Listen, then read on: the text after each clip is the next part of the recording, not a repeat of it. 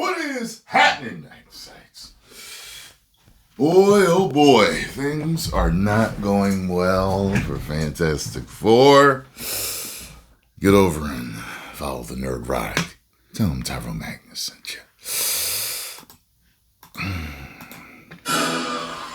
You know I loved it, but it seems like right now, a lot of people seem to be loving it. As of this moment, it's got an 88% certified fresh Rotten Tomato critic rating. What a fun. Yeah, I don't trust Rotten Tomatoes as far as I can throw them. I'm just done with them. It's funny and sometimes fun to take a look at the scores and speculate, because there are times where scores really do feel legit. And that's usually where there's no controversy around a movie. But once there's controversy around a movie, it always makes you scratch your head about whether the scores are real or not.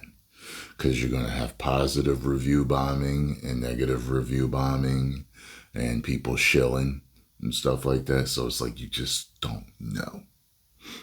Movie. This is absolutely the sweetest film I've ever seen in the Marvel Cinematic Universe. Now, it's the #1 movie in the world. 2 weeks in a row. Is it though? There's something about this film that feels extra special. It all started with Fantastic Four, and the Marvel fans. That's what I told y'all before. It's like you could be the top of the trash heap, but it's still trash type of thing. Now, I personally enjoyed the film for the most part. I already told you guys. But I give it like a 3. Yeah, it's above average, enjoyable time, However, they have destroyed people's confidence in them. So, it's like somebody that started out with a great business. As a matter of fact, I give you, there's a pizza parlor where I grew up. And growing up, they had some of the best pizza in the area, right? Ended up having... the owner passed away, and from what I understand, this is what I heard. The children took over. I don't know if it was a few months after they took over or whatever. I don't know what it was. All of a sudden, the pizza started tasting differently. And, when people make fun of bad pizza and they say it tastes like cardboard or whatever, it's horrible now. I know people that still like it. It's horrible now, right? That's like them telling me, people, they changed it up again. They went back to, and it's like, nah, I'm done.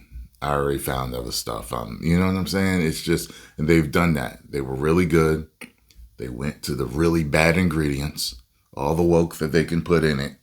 People left, said they would never return. And now that they say they're back, which they're really not anyway, people aren't returning to even find out if they're telling the truth. That's what's going on right now. That's what created what we know as the Marvel Universe, were these characters. And the fact that there have been many attempts. There's a handful of fascists that I would just throw into outer space. That's what I would do. Everything they're working on is terrible. And it's not very good. This concept of superhero We already know who he was talking is about. real, because there have been a lot of superhero movies that maybe haven't been up to what they should have been. Damn right. What the audience wanted. Damn right, I Gunn. think there's, mediocre movie fatigue. Damn right. Nerdrotic.com. Friends, it's been... See, I still don't think there's superhero fatigue, because the whole issue is they're putting it in everything. People are getting woke fatigue of everything. It doesn't matter. It's superhero movies, it's video games, it's comic books, it's television shows. Doesn't matter. Star Trek, Star Wars. It doesn't matter what it is. Love stories, 9 love stories, comedies. It doesn't matter. That's why it's not superhero fatigue, because it's in everything. Everything has been nosediving. You get what I'm saying? Everything has been nosediving because of what they've been doing to media. So it's not superhero fatigue. It's bad entertainment fatigue. It's woke fatigue. It's the garbage media that they've been putting out fatigue. Superhero movies just happen to be that they're always the billion-dollar thing that people are looking at for over the past 15, 20 years, whatever, have they been doing this. Because they've been really a cash cow for Disney like that, even though the parks are really their cash cow. But you know what I'm saying. So it's been a thing for them. And the eyes, your eyeballs, everyone's eyes are always on what those movies are going to do. But just because the most focus is on the superhero genre does not mean that it's not permeated through everything. People are tired of everything that they've been doing on all types of media. Said that July of 2025 will decide the fate of the superhero film, and now that the month is over, we can definitively say it's not looking good. Particularly with Disney Marvel, who just received another earth-shattering wake-up call. Some might argue that it's time for Kevin Feige to hit the panic button. Others might argue, like yours truly, that we're way Should have past hit it that. a long. Let's not bury the lead here. Let's say should have hit it a long time ago. Get right to it. The Fantastic Four first steps might be Marvel's last steps. Because, and this is Variety saying this, not me. Variety! I did not mean for that to rhyme. Fantastic Four craters by 66% in second weekend, and that includes an 80% Friday to Friday drop. Now, percent in green, I did not. Because, and this is Variety saying this, not me, although I totally agree and I did not mean for that to rhyme. Fantastic Four craters by 66% in second weekend, and that includes an 80% Friday to Friday drop. Now, some of you out there might be saying, hey, this is just another Disney Marvel movie post-Endgame performing like another Disney Marvel movie post-Endgame, and in the past cases, I'd agree with you. But in the case of Fantastic Four First Steps, this is a devastating blow to Kevin Feige's regime. Now, I want to preface this by stating specifically to anybody from Disney, Marvel, or Hollywood, or the Access Media who may be watching out there, it's not like we haven't tried to warn you for years. But if anyone is in doubt that the Fantastic... I'm always telling them, and so many of my videos, I said, we've been warning you for years. We have been warning you for years. We have been telling you, and you don't listen. And you lie to us flat out and say you're going to stop doing what you've been doing that's been destroying everything, and then you continue to do it. It's like, well, what? It's like they try to do it in a different way or slightly different ways. Maybe. Is that what you were trying to do? So we would think that you were doing something that I don't know, because it didn't work. For cratering in its second week isn't catastrophic at all. You don't have to listen to me. All you have to do is take a look at the current Access Media headlines and the meltdown from the Access Media shills. Normally, they're doing their best to cover for a questionable Disney Marvel failure, but it's not the case this time. For the most part, anyway. Admittedly and unapologetically, I got a great deal of enjoyment watching the corporate legacy media and the influencers struggling to come to terms with the truth that they have been denying for years. Marvel is a damaged brand, and it was all self-inflicted, and this has already had a negative effect on DC, superheroes overall, because it's not just Marvel and DC, the theaters, and Hollywood. Just let this sink in. The seventh dinosaur movie... Yeah, they're talking about doing this whole, Marvel versus DC. I'm not even interested. I'm not interested to see them continue to destroy it, make it look worse and worse and worse. And now you're going to combine the two. Like I don't know. It's like you're combining doo-doo and throw up. They're both bad. And you're going to put them together and think we want to watch it? No. It's going to soundly beat James Gunn's Superman and a Fantastic Four that is made and distributed by the company that actually owns them, Marvel. And now questions are openly being asked like, how did we get here? We know. Serious? We know. You serious? Is this superhero fatigue? Yes. No. I know.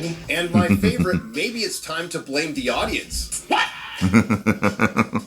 What the f? And we'll get to all of that, but let's start with the box office. And we have a lot to choose from with our anal assist. Forbes Fantastic Four box office in free fall, down 80% from last week. Explaining that 80% drop from Variety, Fantastic Four braces for big second week drop. Fantastic Four grossed $11.7 million domestically in its second Friday on the big screen, marking a devastating 80% drop from its debut Friday to Friday. Collider, the Fantastic Four first step, falters at the domestic box office. The Wrap, Fantastic Four sinks 66% from box office opening weekend despite strong reception. Marvel's latest film isn't holding as well as Superman. Again from The Wrap, Fantastic Four stays number one but tumbles 66% to $40 million at the box office. The always reliable comicbook.com, Fantastic Four wins box office in second weekend, but there's bad news. And my personal favorite from IndieWire, and yes, that looks like Iowan Grufford, but it's actually Johan Griffith because only the Welsh could spell like that, recalls the Fantastic Four that made money. We were being true to the comic while First Step suffered an unexpected blow at the box office this weekend. 20 years ago, a quartet of superheroes found success with audiences. But we're going to go with Variety's Fantastic Four craters by 66% in second weekend. Heavens to Murgatroyd, they use the word crater. How hyperbolic. Marvel's first family might not save the day after all. The Fantastic Four First Steps is quickly losing steam in its second weekend, signaling the... What's funny is it just reminds me of, like, it feels like it's similar to the whole Thunderbolts thing. You know, like, I say I like Fantastic Four, and there are people that saying it was trash. And I'm getting the feeling just from my comments that the people that like Thunderbolts don't like Fantastic Four, and the people that like Fantastic Four don't like Thunderbolts. But they're both getting good ratings, but they're both flops. Like, that's a ruined brand. That's a ruined reputation. Because if it's true that they're both good movies, it shows what Disney has done to themselves. No one trusts them anymore. At least not the normies, not the masses. You know, like the movie reviewers and the fans are going to go see it. But then after that, then what? The hardcore fans that especially want it to get better? Or just the fans that will eat any slop that's given to them? You know what I mean?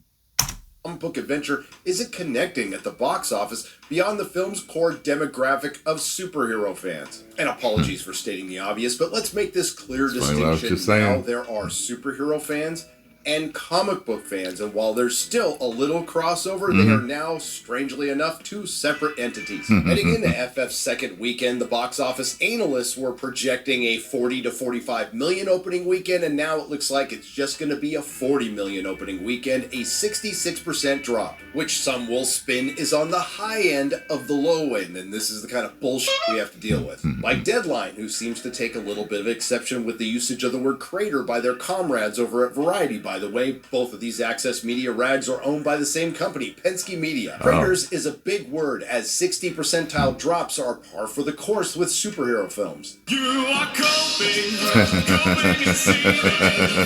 Again, the box office analysts predicted a drop between 50 and 60%, and again, the box office analysts were wrong. Now, we can't go without comparing it to Superman, which dropped only 53% from its very whelming $125 million opening. Still, it's held on pretty good. This painful fall is surprising for the Fantastic Four because the Marvel tentpole has the benefit of positive reviews and word of mouth. Well, we'll get to that, as well as a clear runway in terms of competition. Well, that part is true, and that's bad news for Hollywood because while the summer movie season isn't over, the summer tentpole season is. Fantastic Four missteps, being on the high end of the low end, beats out things like The Marvels, which was down 78% in its second weekend. Captain America Black New World was down 68% in its second weekend, which is awfully close to Fantastic Four. Ant-Man Common Mania was down 70% in its second weekend, and Thor Love and Blunder was down 67%. But not to worry, because according to Variety, The First Steps, the movie's actually called First Steps, is pacing to outgross this year's prior theatrical disappointments. I think the word you meant to use there was flops, outgrossing Captain African American and Thunderbolts. So that makes Fantastic Four First Steps not only the best Disney Marvel flop of the year, it's the highest grossing box office bomb of the year. See, I can play the spin game too. You're the tallest midget, you're the smartest retard. And this is a rare day because because I agree with Paul Tassi on Forbes when he says it's difficult to spin this. I would also agree with him when he says this is far from a roaring "we're back" war cry, which Disney Marvel absolutely positively needed. He continues, it's not quite clear what happened here. Actually, Paul, it is, but we'll let you have your say. The film reviewed well among critics, and 86%, well, that's par for the course, really well among fans at 92% on Rotten Tomatoes. A site where the audience score outside of television is incredible since the Captain Marvel fiasco, a site that has the Thunderbolts rated higher than Iron Man, and the Marvels with... That's what I told y'all. Ever since that, I don't trust them. And ever since the whole thing with The Last of Us Part 2, I don't trust Metacritic. So they both can't be trusted, especially when there's controversy surrounding something. So it is what it is. An audience score of 79%. Oh, damn! Slightly, but not much more credible would be IMDb's 7.4 out of 10, and Metacritic has it as 6.7. Anyway, back to Paul, but as we've seen, that doesn't quite matter, and I'm glad he's come to terms with that fact. Now he brings up a film we just mentioned that has almost identical critics and audience scores on Rotten Tomatoes, Thunderbolts, a self-admitted miss by Marvel. Told you it reminded me of Thunderbolts. I seem to recall Disney CEO Bob Iger saying this just a few months ago. Frankly, we've all admitted to ourselves that we lost a little focus by making too much and by bringing Marvel, by consolidating. That's not what it was. You put too much woke in it. That's what it was. It wasn't that you made too many, because we were ready. We were ready with our knives and forks, ready to devour all that new Marvel programming you had for us after Endgame. We were ready. You effed up and you fed us slop instead of the good ish you was feeding us. Having Marvel focus much more on their films, we believe it will result in better quality, and I think the first and best example is Thunderbolts. Frankly, the quantity, they were not as good. They were not as high as quantity in our case. I wonder if he's going to show you in live. Hey, Bob, go. Shut up, Bob. Just a reminder, we're a little over halfway through the year, and this is the third major Marvel film, the sixth major Marvel project. They just released another animated series on D+ this week, Eyes of Wakanda, and we have one more show to go. Wonder Man, first based episode on the comic book character, and I have to say, the resemblance is uncanny, and this brings us to the question of why the Fantastic Four First Steps failed. Something that's perplexing those influencers and Access Media members. It's a mystery wrapped inside an enigma. According to box office analyst Jeff Block, Fantastic Four is not a top-tier Marvel franchise. Never has been. Remember, this ramps up into the Avengers. That's the real payoff. Alright, considering that the top-tier characters in Marvel have either been killed off, not recast, or completely neutered, I have a question for you, Jeff Block, and everyone in the audience. Who are the Avengers? And they don't own their biggest character, Spider-Man. Nope. I would disrespectfully disagree. It all started with Fantastic Four, and the Marvel fans know that. The answer to this mystery, my friends, is really quite simple. Miscasting an overexposed Pedro Pascal as Marvel's smartest man, Reed Richards, a female Silver Surfer, and nerfing one of Marvel's greatest villains, Galactus, in a third act that goes full MCU ruined any chances of this film succeeding. Now, would this film have done better with a properly cast Reed and a properly cast male Silver Surfer? Yes, with some obvious tweaks to the script. And no, I'm not going to give Marvel credit for lowering the bar so much that we're just happy Johnny Storm isn't gay. As far as ramping up to whoever... Here's the problem, though. I really feel like if they had made it absolute perfection, I still think it would flop. It's people don't care. I think they've made their bed, and it is going to take years for them to dig themselves out of this hole. Whatever the hell the Avengers are, it's clear not that many people care anymore. And as far as that good word of mouth is concerned, well, that 66% drop says otherwise. And it's not like that drop was off a good first weekend. It was off a very mediocre one. And no, I'm not going to let this particular subject go because it ended up to be true. Gender swapping the Silver Surfer was an incredibly dumb decision made by a lot of highly paid people, including Kevin Feige, who should be fired for it because they should know better than anyone else that one bad casting decision can kill your project in the crib. And here we are. Again, Now, was it a big reason this movie failed? Yes. Was it the only reason? No. Pedro Pascal fatigue is real, especially when we're talking about a guy who's never been a box office draw. I don't think I'm going out on a limb by saying... Yo, the way she be touching him, man, it made me think they got something going on. Something is really weird about that. I've seen the compilations. I don't know what's going on there. Like, I've only seen women touch men like that they've got a relationship with, if you know what I mean, or it's their gay best friend. I've seen that kind of like that, but other than that, that's it. So it's one of the two that's going on with them. Immediately turns off a large portion of the potential audience, and to think otherwise is just naive. Although when we see him again in Avengers Doomsday, I think it will be unintentionally hilarious and meta if they show the Council of Reeds, which will be the Council of Pedros. And while I credit Disney Marvel for finally giving Jack Kirby the credit he deserved decades ago in your films, with that tribute at the end, I would say you would show him more respect by actually adapting his characters as he intended. Garrett, roll out Peter Jackson. We didn't want to put any of our own baggage. I mean, we had no interest in putting our messages into this movie, but we thought that we should honor Tolkien by putting his messages in. Good job, man. Words every single creative should internalize before taking on somebody else's work. But there is another theory out there put up by social media influencer John Roca the Outlaw. Kindred spirit. I used to be one of those. Some people might not want to hear this, but it might be time to stop putting all the blame on the studios or creatives for underperforming movies. Well, who is there left to blame? It might be time to start looking at the intelligence level of the moviegoers. What a now, boy, it looks like you're frustrated because a large portion of the public doesn't agree with your opinion. But it seems you, well, maybe have never known or at least forgotten the same thing the studios have in Hollywood. The customer is always right, whether you like it or not, as far as the bigger picture is concerned. And again... Yeah, I've never believed that. The customer is always right, but there's a principle in it. Okay, there's taking those words at face value, but there is principle in it. There's business principle in it. And the principle is the people really do dictate how well your business does. So you should cater to them. Cater to your audience. That's what it's about. Okay? There are specific videos that my audience requires from me. And that's what I put out. If I stop doing them, I am taking a huge gamble in them leaving and never returning. It could pay off, but the majority of the time, if you are going to, especially speaking as a content creator, if you're going to change something up, you might want to continue to do what you've been doing that everyone loves, and then you make something different and see how they respond. That's what you need to do, see how they respond. I wouldn't have did it like this. They put it in everything. Every single thing they put it in.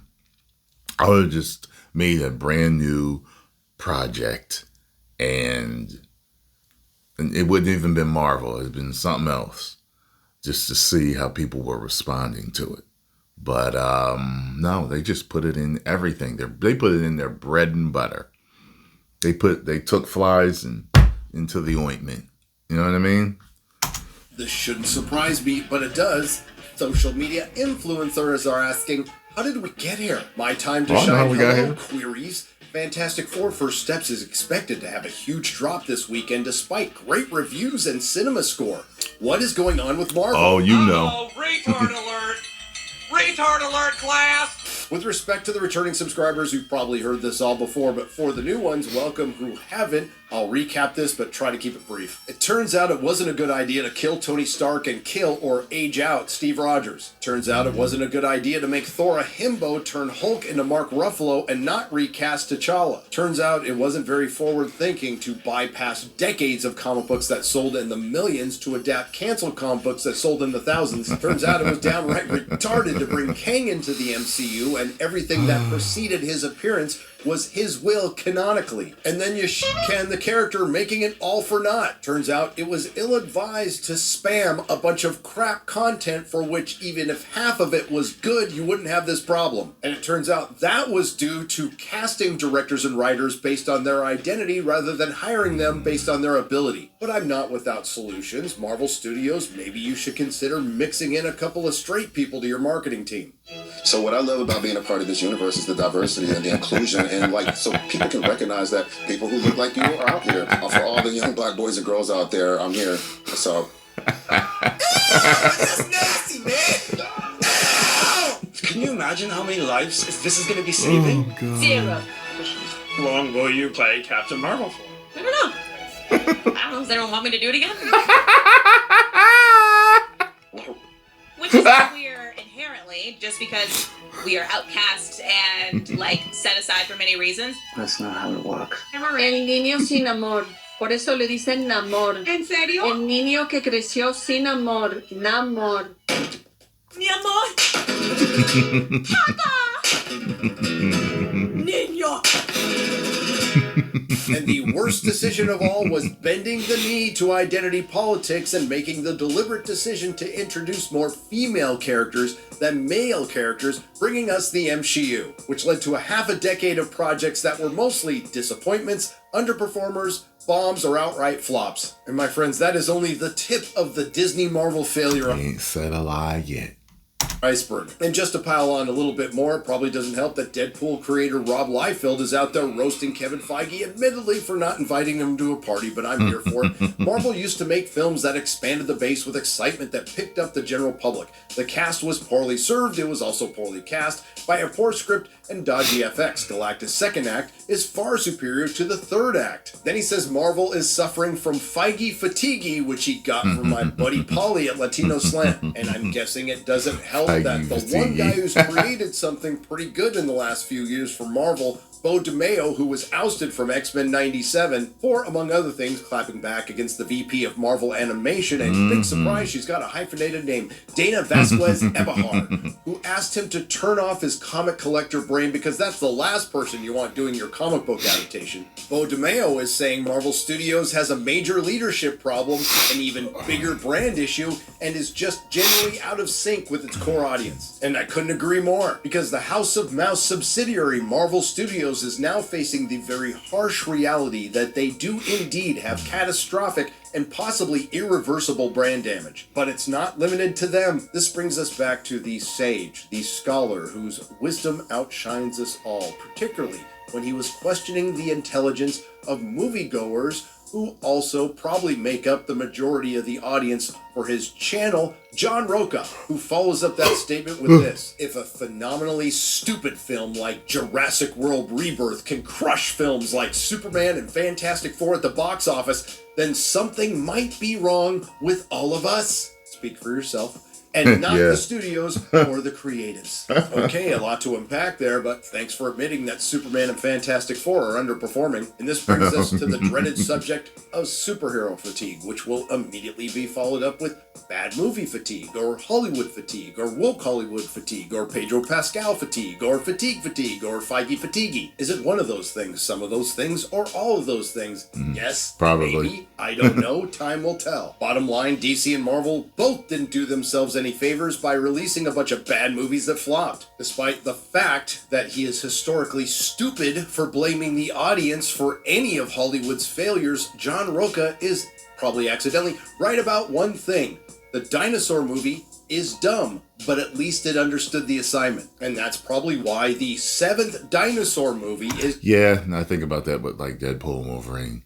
Like, it's not a great movie, but it was very fun. And that's the point, to be entertained.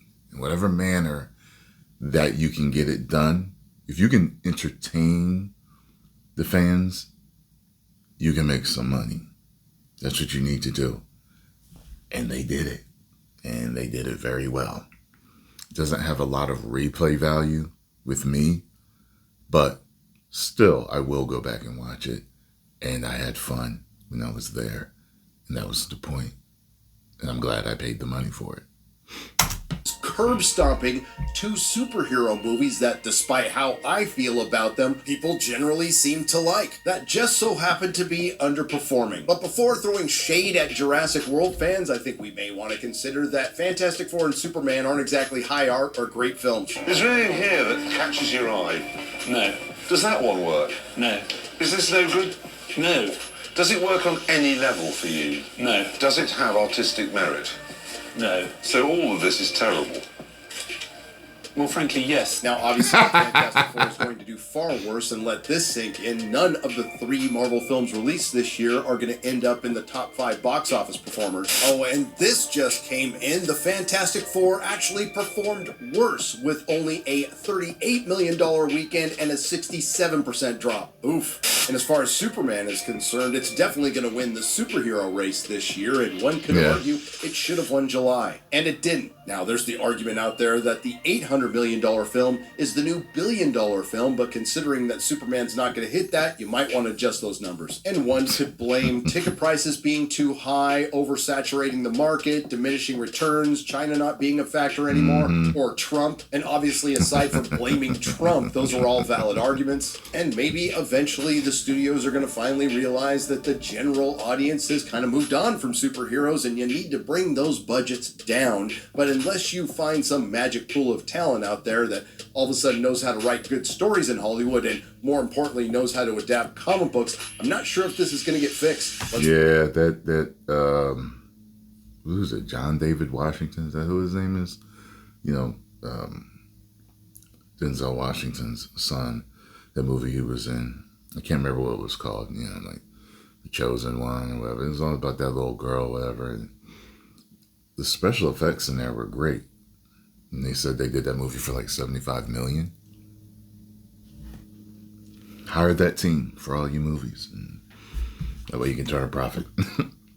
Be real, Warner Brothers has had plenty of time over the decades to figure this problem out, and they've never consistently done it. And Kevin Feige, specifically the one who has created all the problems for Marvel, has had a half-decade to fix them and hasn't, so I don't know how anybody expects him to do it in the future. Sure, Spider-Man is coming, the costume looks great, and it looks like that movie's gonna make a lot of money. Probably. Unfortunately for Kevin Feige, it's a Sony production. Again, this isn't just a problem for superheroes, it's a problem for the theaters and Hollywood. I think we can all agree it hasn't really been a great year for movies in the theater. But so much for Survive Until 25. We have now gone through the era of the woke buster, the flop buster, and now we are firmly in the era of the slop buster. nerdrotic.com.